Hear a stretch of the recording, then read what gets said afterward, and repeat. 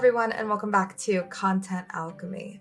Today's episode is very special. We will be talking about human-centric service design, nonprofit marketing, advocacy, empathy within your marketing. It is a very, very special episode you don't want to miss. And we're joined today by David Peregrina, who's the co-founder and CEO of Solve and Scale, where he empowers mission-driven organizations to overcome challenges and achieve sustainable growth through hands-on, strategy-focused workshops. With almost 2 decades of experience as a designer and creative director, David also serves as the creative director at Mid-Ohio Food Collective. He's a passionate advocate for inclusion and representation, and he draws on his Mexican-American heritage to champion the Latinx community. We'll be talking more about that during the episode. His leadership roles have included serving as a board member for Wild Goose Creative and as co-chair of the DEI Council at Mid-Ohio Food Collective. Certified in design thinking, human-centered systems, and service design, David integrates creativity and strategy to deliver impactful solutions. He studied entrepreneurship at the Wharton School of Business at the University of Pennsylvania, where he enhanced his ability to align innovative approaches with organizational goals. David's global upbringing across 4 continents has shaped his commitment to sustainable, community-centered solutions that foster belonging and bring people together. Whether leading teams or empowering individuals, David seeks to inspire meaningful, lasting change through cultural awareness and creative vision. And that is exactly what we are getting into today. It is, as David puts it, a culture of belonging. We really appreciated having this conversation. Matt and I both did. So I think you're really going to enjoy this. Let's get into it. Hello, everyone. Okay, welcome back. Matt, we've had a little bit of a rough morning here, but we've made it. We're here and we're excited about this interview this morning. And Matt, you have a little bit longer relationship with our special guest, so I'm going to let you do the honors. Yeah, David, how are you? I'm doing well. How about you all? Well, as Shelby said, we've been running around a little bit this morning, but we are here. Can you give like a little bit of a background? We'll do a whole intro before this, but Sure. Can you give a little bit of background and just kind of who you are and what you do? Yeah, my name is David Peregrina. I am a Mexican-American designer, and really I use the word designer loosely because I think all of us go into some kind of a plan of what we want to do in life when we, learn our trades. And I started as a graphic designer. I've moved into strategy, brand strategy, and then shifted into a lot of different places over my career. But really, at the end of the day, I think what's core to me and my life experience has been what's kept me in this space, and that's about creating belonging.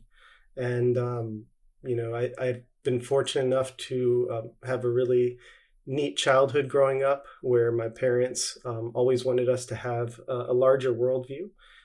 That gave us the opportunity to grow up all over the world. I always joke around and say that I didn't live in a country for more than 4 years when I was growing up.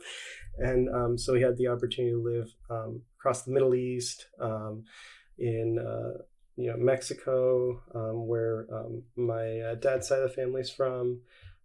My mother's side is German, so a lot of summers in Europe, and really just getting to see the world for what it is. And that's always been something at the core of me, is that curiosity of what makes people tick, what creates culture, and how do you feel a part of that. And so that's kind of probably been a big impact in what I've done in my career. So I've gone everywhere from, the for-profit to the nonprofit world. I've taught high school design. So even going into different age groups has been something that's been very interesting to me. I've dabbled in the agency world. But yeah, my current spot is as a creative director at Mid-Ohio Food Collective, a nonprofit really fighting hunger in Central and Eastern Ohio. That's really incredible. I think you're a really fascinating person where so many of us, like, when we're younger, we want to go into design or just art in general, right? A creative field. And it's interesting because it's almost like a little selfish, I guess, in a way, right? Where we're like, oh yeah, well, like this is what I enjoy doing, and like I want to try to find a way to be able to do this. And one of the things that we always talk about is like, okay, no, this stuff is not like surgery. We're not like directly helping people all the time, But what's interesting about you is you found a way to connect that that ability that you have with a way of directly helping people. Like, has that always been a really important thing for you? Yeah. I mean, so I think when I try and think back to my earliest moments, there was I think everybody has a few stories of what made them choose design. And, like I have a ton of friends that are like 90s skateboarding and punk rock was what took them to design. And I love those stories. That's me. Yeah. So like there's certain culture movements that I think have really shown the impact design can have on that level of belonging and wanting to be a part of something. And for me, growing up on the other side of the world, it was a little different, right? That scene wasn't, I grew up in the 90s in Saudi Arabia and the United Arab Emirates. So like punk rock skateboarding wasn't something that was super popular at that point there. We still had the No Fear shirts and all that fun stuff, but it wasn't quite at the same level. So I distinctly remember being 14 years old, and we were in the Netherlands, and we were just driving by on one of the highways, and I saw these wild houses. And they're called the cube houses. And if anyone ever wants to look them up, look up architect Piet, Piet, Blom, Blom. And he designed these houses to be a representative of like trees, kind of in this shape, but they were all cubes. And like it was fascinating to look at them and go, there's no way, like if I were to walk in there, it would be like one of those Ripley's Believe It or Not. Like you can't figure out where the floors actually are and all that. And so I saw those and didn't get to go into them because we just drove by them. But man, I spent ages, just years looking into them, trying to understand why they were built that way. And it just fascinated me. And it was that moment where I was one of those people that loved to draw and everything, to be able to connect something that I was passionate about to functionality and to improving someone's life, and seeing how the intention of this architecture was to create a space of belonging where people could live in these what looked like cube towers, and then the bottoms were actually shops on the bottom and stuff, so they could do all kind of their little shopping by just going downstairs, walking around, and feeling as part of this like really unique community. And I just thought that it was the coolest looking thing. Like I wanted to live there, And that's, I think, the early moments when I think of like what made me want to go into design. And so it was that combination of functionality, improving your current state of life, and doing it in community that made me go design something special there. I mean, I didn't really come into design. It wasn't my original major or anything. I was a senior who switched to design and became a super duper senior because I took a little longer to try and finish that degree. But that always kind of stuck with me, and it was a big part of shifting me there. And I think it's because of those kind of moments that it was. I wouldn't say it's always been other centered. Of course not. There's always those moments where you're like, oh, I want to make something cool and be proud of it and all that. But I think because at the core of it, it's been there. It's always just led me to those kind of opportunities where I'm just attracted to try to solve really, really tough problems for people. That's crazy cool. I think what you really, really hit on there that I'm kind of obsessed with is the connect passion to functionality. That is such an interesting thought, because I think that oftentimes, at least for me, kind of my theory behind a lot of artists is that we all kind of get into this because we are trying to see where our voices fit and find other people around us that maybe are a little bit similar, that we can connect to other people, but also being able to use our art to connect people with each other. And there's so much power in that. It's really fascinating that's, obviously that's something that led you there, and being able to connect that passion to the functionality of that. And obviously, because you work in nonprofits, that is a big goal as well, is to be able to connect people, to help people find resources, find each other, find community.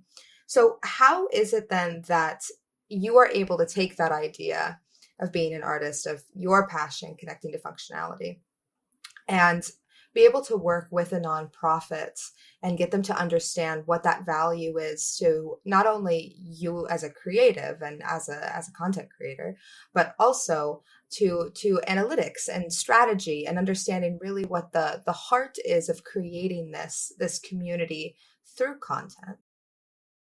Yeah, my initial journey was always, if I can visually communicate this, it's a win. And I think that's where I started.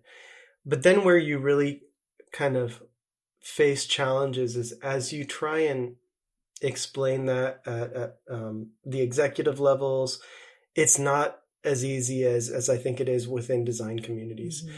And you have to learn how to do a tad bit of code switching. Like, right, for me, code switching can be anything from like who I am when I speak English versus who I am when I speak Spanish, because we change a little bit, but it's something everybody does also in terms of like the circles that you're in and the groups that you're a part of. And so I think by having that naturally growing up, is like when I was with my mom's side of the family, I was a certain person. When I was with my dad's side of the family, I was a bit different, but it was still the same person at my core. It was just, it's that adaptability that you begin to have. And we can all find points. I mean, even just being invited into this space, right? We're probably code switching a bit without even knowing it. And so I think it's that adaptability that gave me, I think, some insights to see, okay, I need to be able to speak a different language at the executive level if I want to convey that kind of information. And really strategy became that language. It became understanding, okay, what is the business model I'm working within? How do decisions get made? Who needs to be involved? And how does that need to be communicated?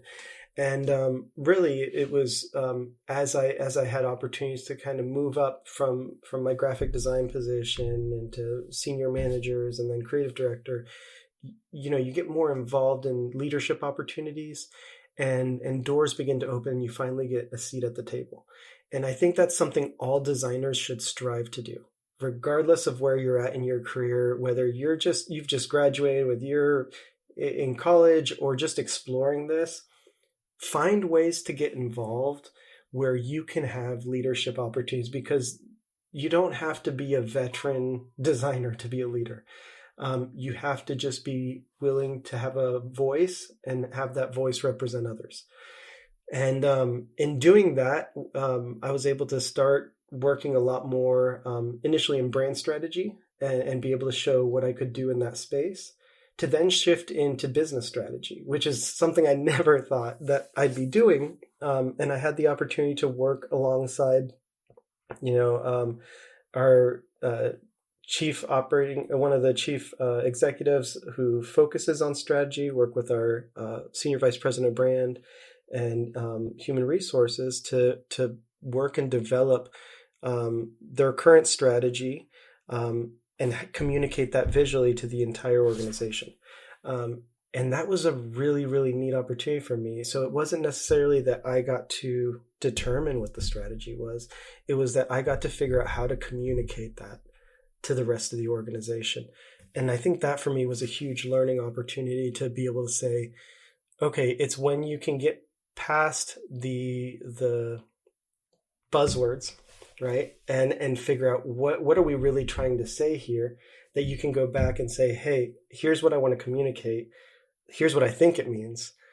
Clearly there's gray area by using certain buzzwords. What does it mean for you? And sometimes that actually leads to like that strategy expanding, because those questions aren't always questions that are brought to the table. But I think as design thinkers, we have that in us. And that's why I say every designer should really try and find a leadership opportunity, because of the way that we think, the way that we try and solve problems, because it's asking questions that really defines things.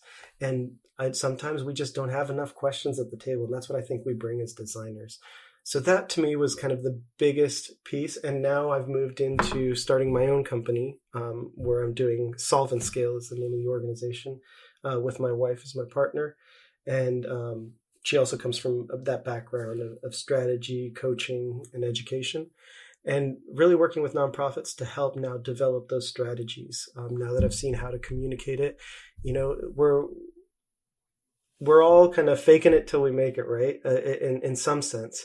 And to me, it's always just been constantly learning. I think that's the one thing I picked up as an educator, is that lifelong pursuit of knowledge has allowed me to expand into a lot of different spaces, from just going into design, into the sociology, the psychology of it, the politics of it, and really the business side. And you kind of dabble in a lot of different places, but I really try and use the right side of my brain as much as the left side to be able to do that kind of work. And it can be exhausting, when you work in a nonprofit space where resources are limited and dependent on others.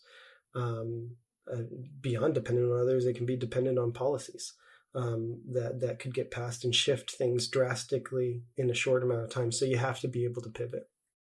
Yeah, I was going to ask you a little bit about that, because I know that for nonprofits, that's kind of the thing, right? They're kind of generically all labeled as like not having enough budget to really do anything.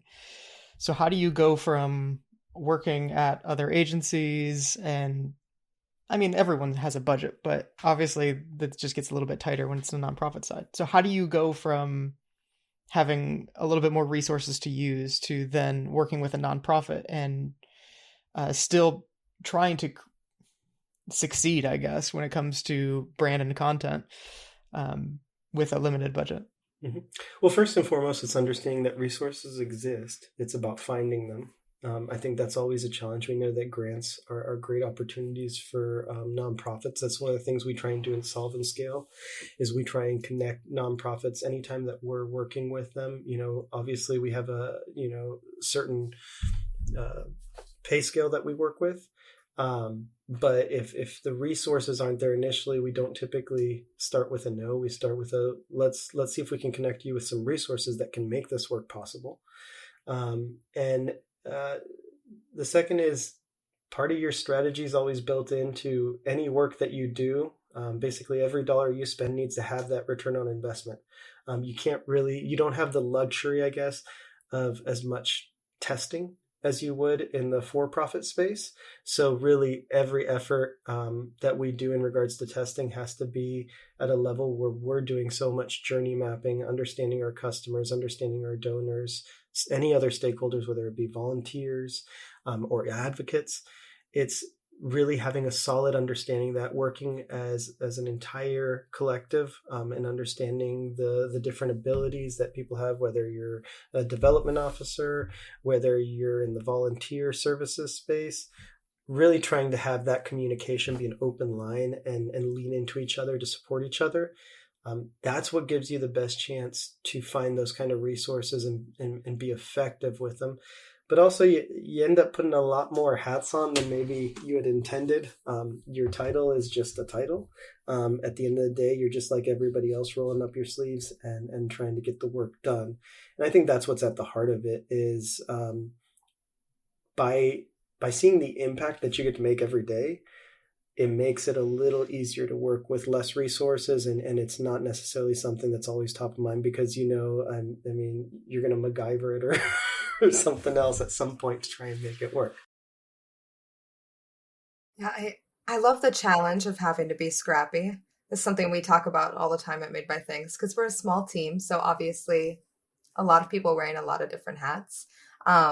But I really think there's so much value, though, to like what you're saying, because you are trying to build the sense of belonging and culture. So when you're working with other people, knowing what everyone else's skills are, where they can pitch in, and giving people an opportunity to kind of expand on areas that I think that they might be interested to and exploring, I think is a really, really great opportunity for people in general to be able to kind of wear different hats, explore different avenues, and have that continued, state of learning.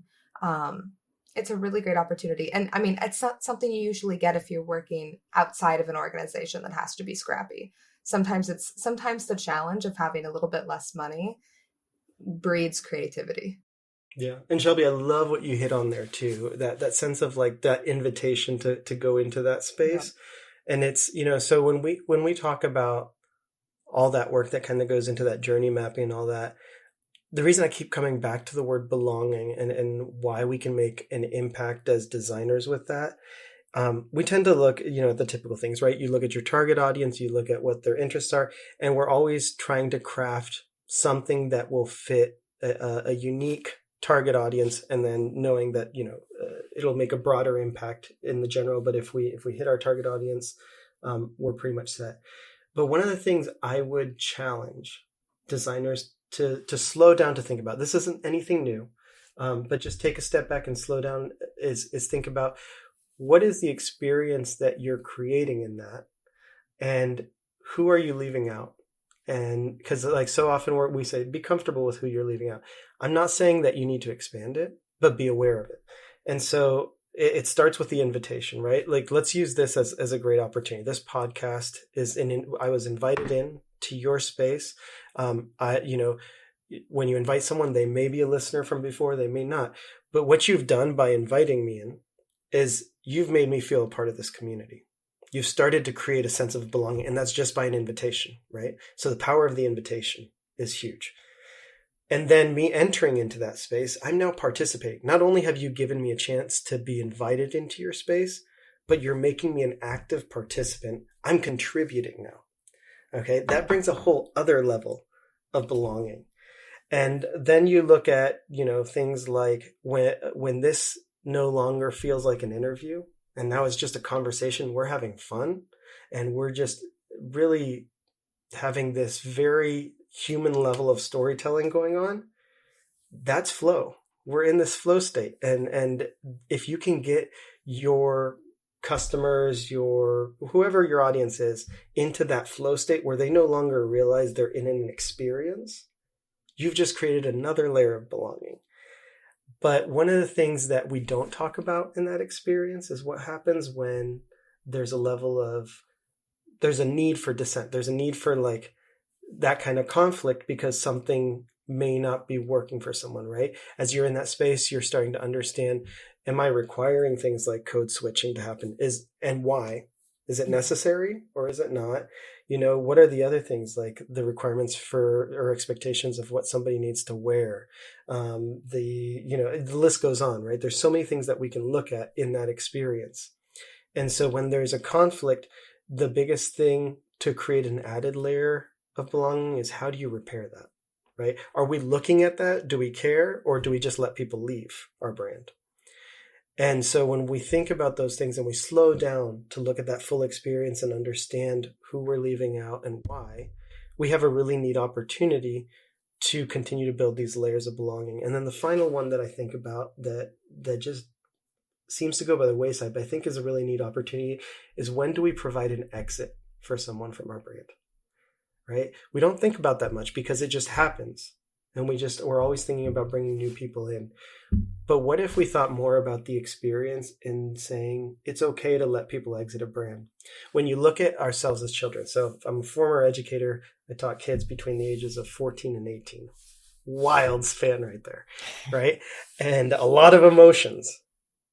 And when you're if you look at the way that our systems are built, from, the moment you enter pre-K, kindergarten, whatever it may be, to the end of college, that's a huge gap of time where you're going through all these experiences and learning everything and building kind of the core of who you are.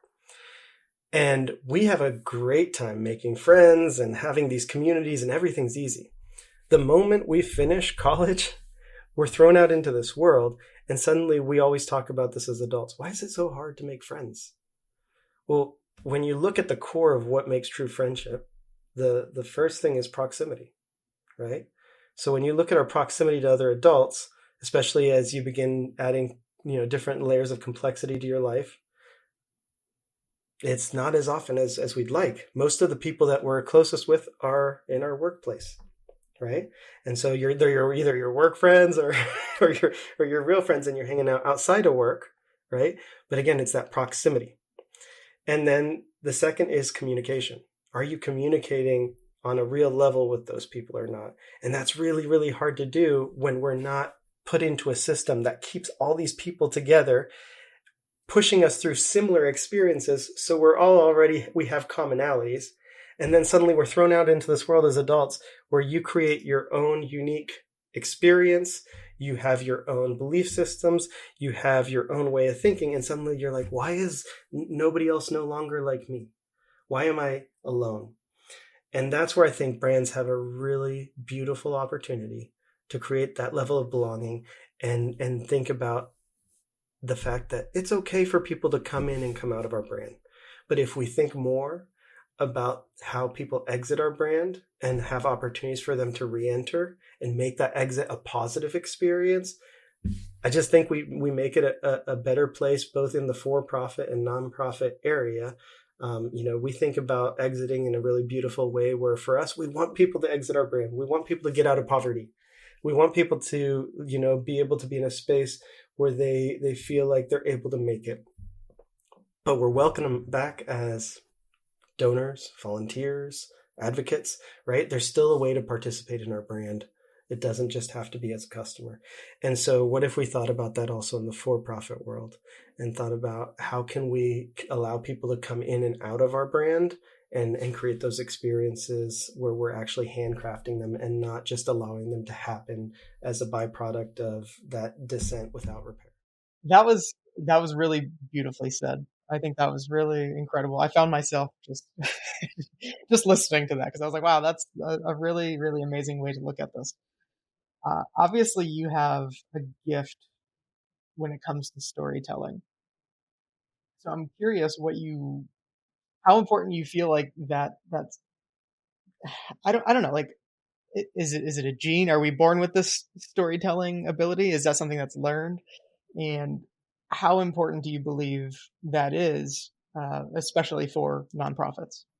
Yeah, I believe it's in all of us. I mean, at the core of humanity, when you look at history, everything has been centered around storytelling, whether it's at the campfire in the original talks of storytelling to cave paintings that we've all learned about as designers growing up, to sitting around a table. And that's one that we love to use when we talk about, food insecurity, right? Is what better way to bring people together than sitting around a table of food? So I do believe it's at the core of everybody, but you have to be intentional to practice it just like anything else, right? And the only way you're going to get better at that level of storytelling is by not just being in communication in the circles that you're already in, but expanding your circles. Like, you don't have to stay in a circle, but try it out. Go and meet people that are different than you, think differently than you, get to know them as the people they are, not just the ideas that are sometimes the front of all we see behind people. And what you might discover is you have a lot more in similar when you break it down to like who we are as humans. And the more that you do that, I think that's what I've learned in having, one of the greatest opportunities I had was when I went to a British private school in the United Arab Emirates, right? So talk about like a bunch of mixes of cultures there. So, growing up having a mix of cultures where you were in a Muslim Arab country that had a lot of freedom, right? And you're in a British private school that has a whole other layer of culture. And then I was in a class where I think every single student except for two were from a different country, right? And we had to learn to get along. So, when we talk about modern politics and the world of politics, we know like India and Pakistan are two countries that don't always get along. The unique thing is, like, in our class, the kids from India and Pakistan got along. Why? Proximity, communication. We got to see each other as people. And so by having those experiences growing up, I got to talk to a lot of people that had a lot of different worldviews than me. How they were being raised at home, how they were being raised in the school environment that was similar to me, but then also what their experience was outside of school with a completely different culture. And that was, I would never give that away for anything, because it taught me how to connect with all sorts of people and want to, right? I mean, I think that can be the barrier for most of us. Some people just don't want to connect with certain people. And it's so unfortunate because there is so much to be gained, especially on that level of being able to communicate with others and doing it from a place of true transparency and just like this core rustic storytelling space. So I think that's what I truly believe at the heart of it is, can anybody do it? Yes. But you got to put yourself in those places, and be willing to open up to others, to have that level of communication, to get to that storytelling space. And then why it's important, I think, for nonprofits, I think it goes beyond that. It's like when you look at who we're serving, regardless of whether you're a nonprofit or a for-profit, I mean, we've kind of gone into a very global sense when it comes to brands.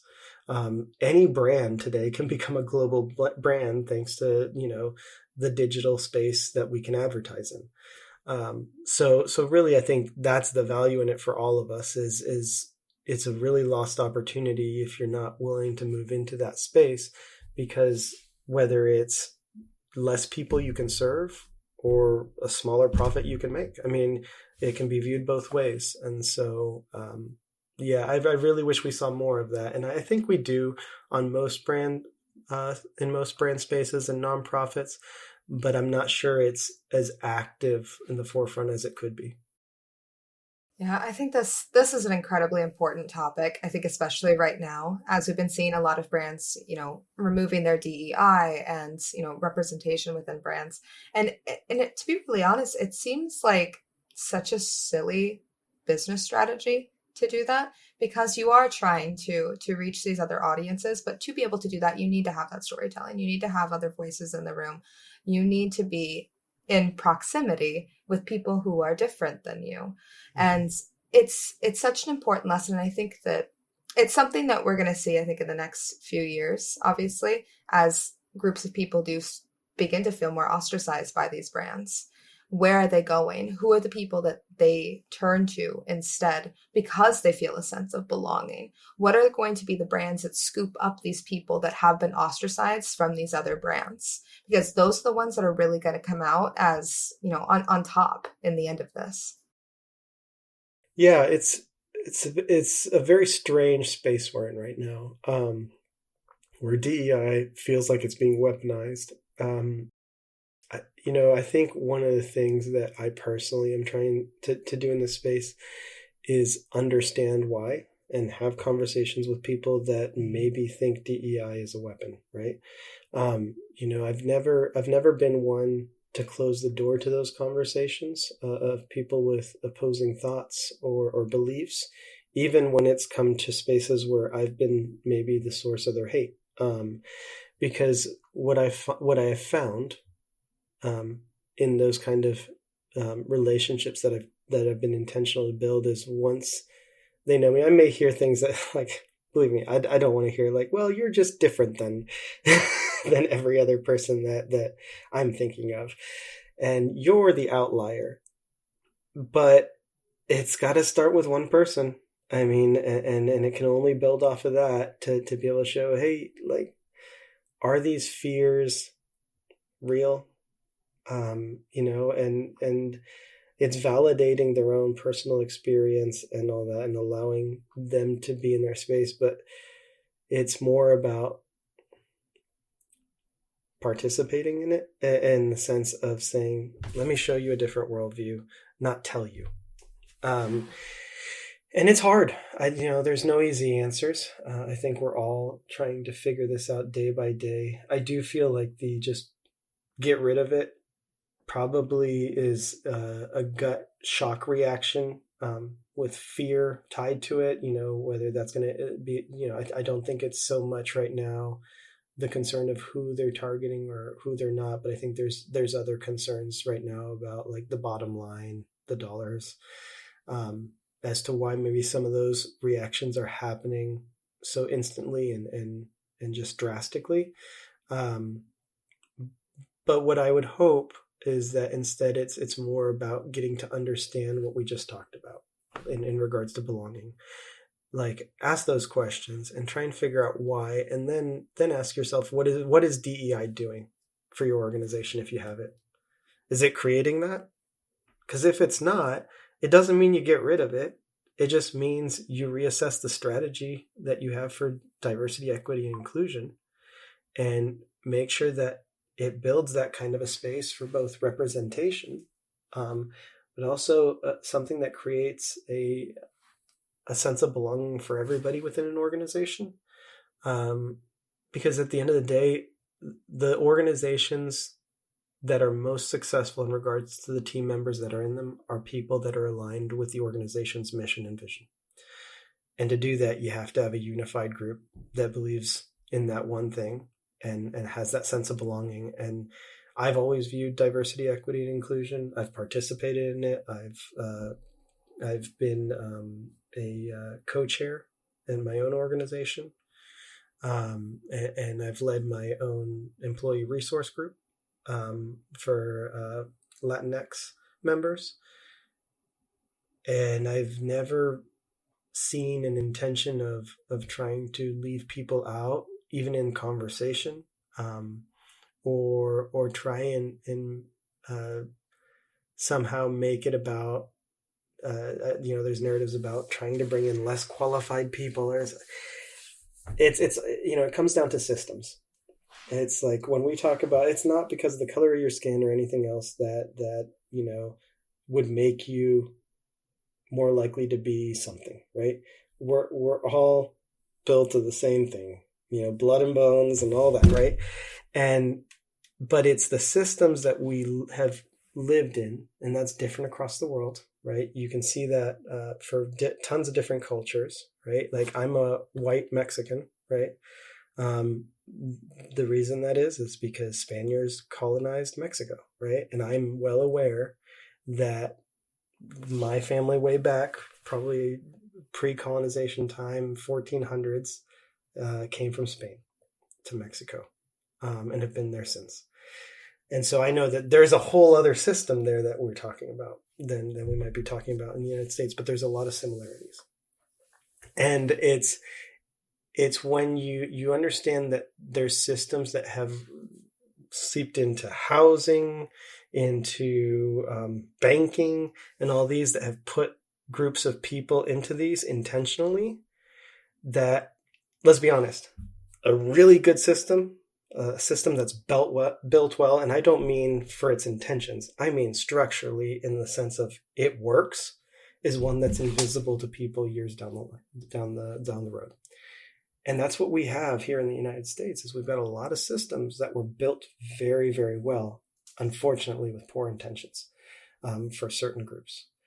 And that's the big thing DEI is trying to uncover. It's not about a blaming game. It's about, how do we fix that? How do we change that so that everybody is the most qualified person if given the opportunity to become that person? And it's just unfortunate to see a reactionary trend happening right now, as opposed to what we all probably as design thinkers do is try and break down systems so that we can understand them. I mean, whether you were the kind of kid that took apart a computer to figure out how it works and then build it back together, or whatever it may be, that's the route we need to go. So yeah, it comes from a place where I'm saddened by it, but I'm still hopeful that there's opportunity to continue to do that kind of good work.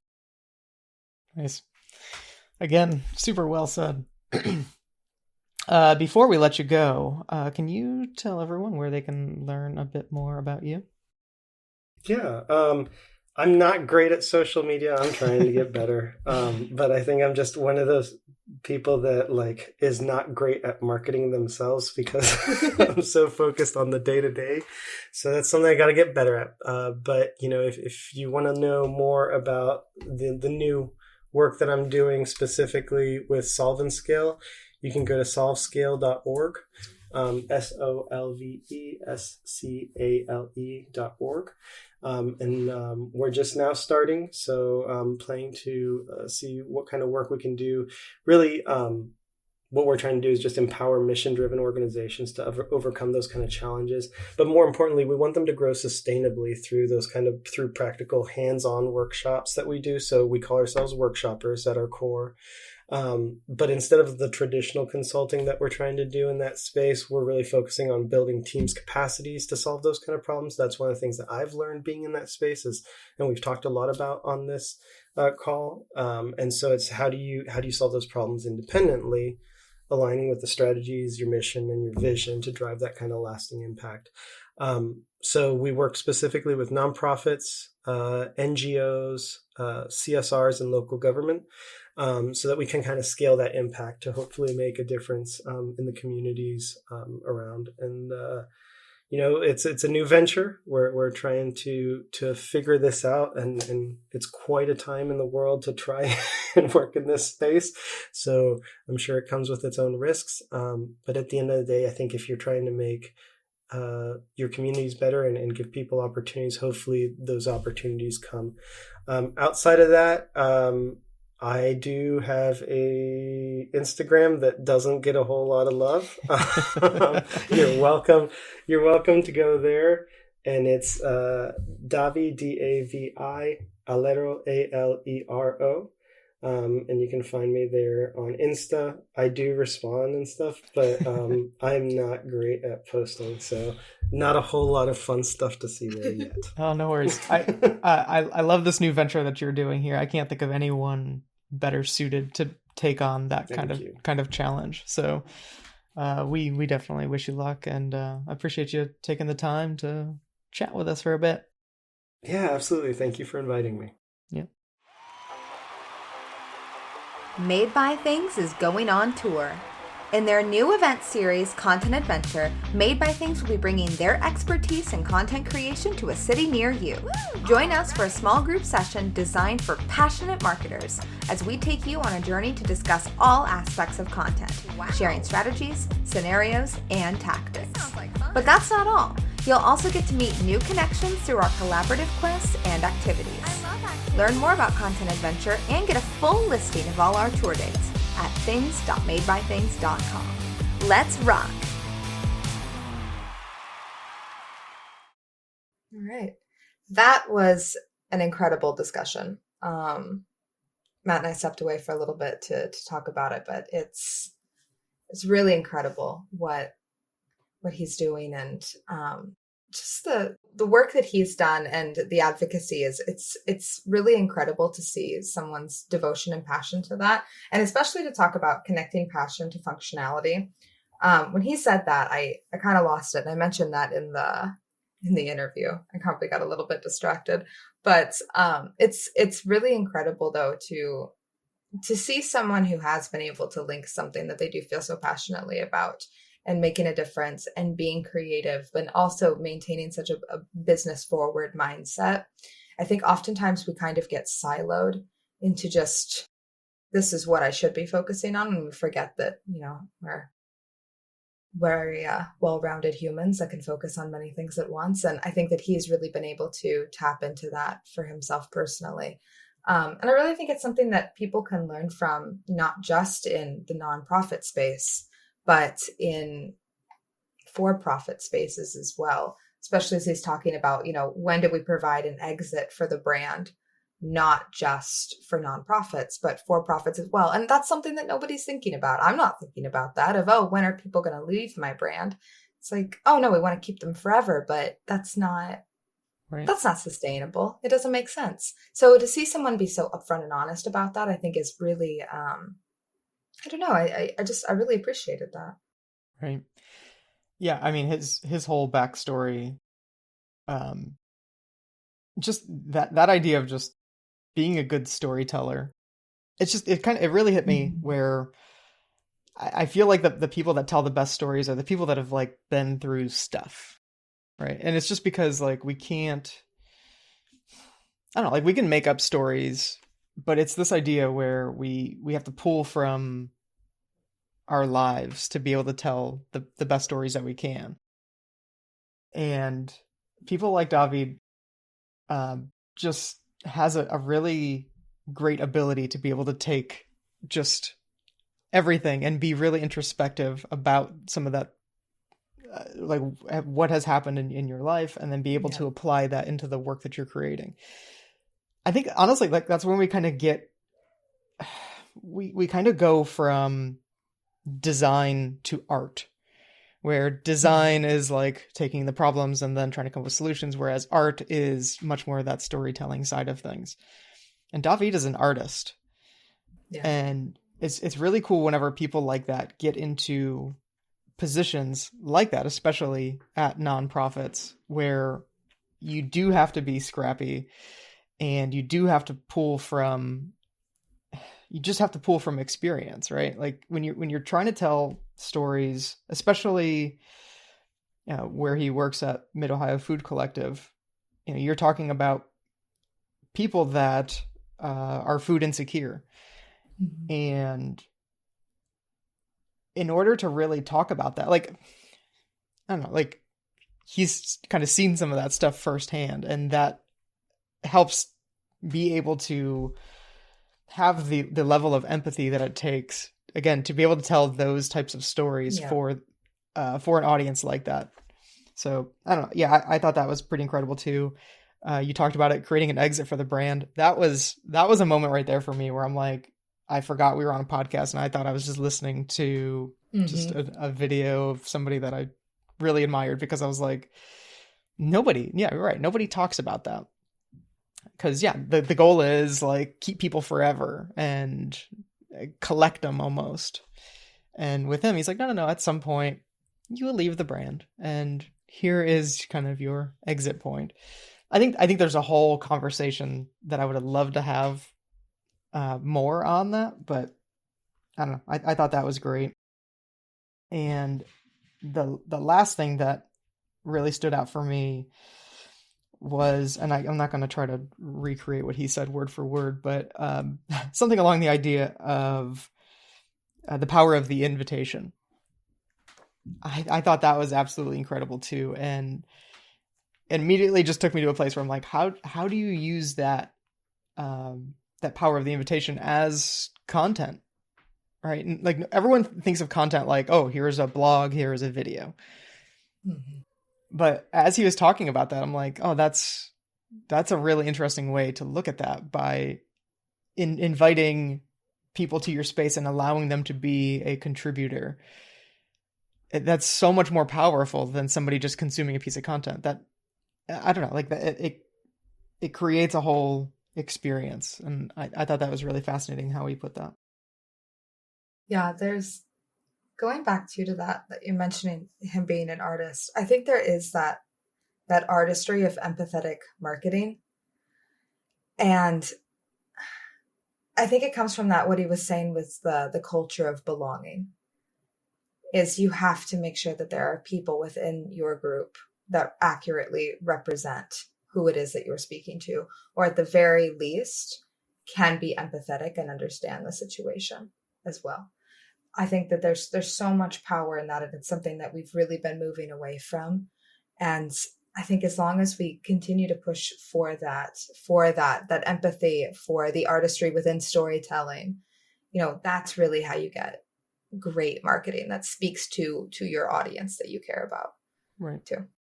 Not that I want to bring AI into this, but that's why I see the future of marketing to be even more authentic, have even more empathy, is because it's really clear right now when people are just trying to focus on quantity and just push a bunch of stuff out there, just as we call it, noise, right?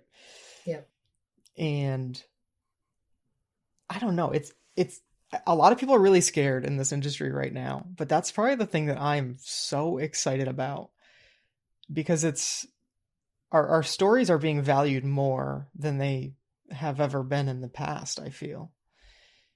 And we're being forced to understand our audiences more, to be able to create the kind of content that does make an impact, does make them feel a sense of belonging. That's a thing that's way easier said than done, right? like a lot of people probably agree with that statement, but it's just, where do you go from there? There's, tons of conversations that nobody seems to have the perfect answer for yet. Yeah. But I believe that the answer is kind of unlocked in empathy. Well, I think too, just on that, AI is, I think, trying not to, but is directly putting a spotlight on the conversation of empathy and authenticity. I think it's trying to have us not have that conversation, but because of that, our attention is focused on it because it has to be, because that's what we're up against. And I think that that's something that even general audiences are thinking about. Even if they don't quite know it, there's something in the back of their minds that are saying, hey, maybe this doesn't exactly speak to us because it wasn't made by us. Right. Yeah. And I guess that's, for me, I think that's probably the most important takeaway from that conversation with David is just, we have to find a way to understand our audiences on a level that we've never had to do before. Yep. And when that work is put in, it's pretty obvious to them that there's an actual care for the product that you're making, the service that you're selling, it's just, yeah, I think that's just kind of where we're at right now. Awesome. All right. Thank you, everyone, for joining us this week. I think those were a good closing statement there, but we're going to come back again in the next couple of weeks. We may have another little special episode in between there. We'll see. But we'll see you all again the next episode. But until then, stay magical. Content Alchemy is presented by Made by Things. To learn more about us, check out madebythings.com. And if you have a topic you'd like us to discuss, send us a message at alchemy@madebythings.com.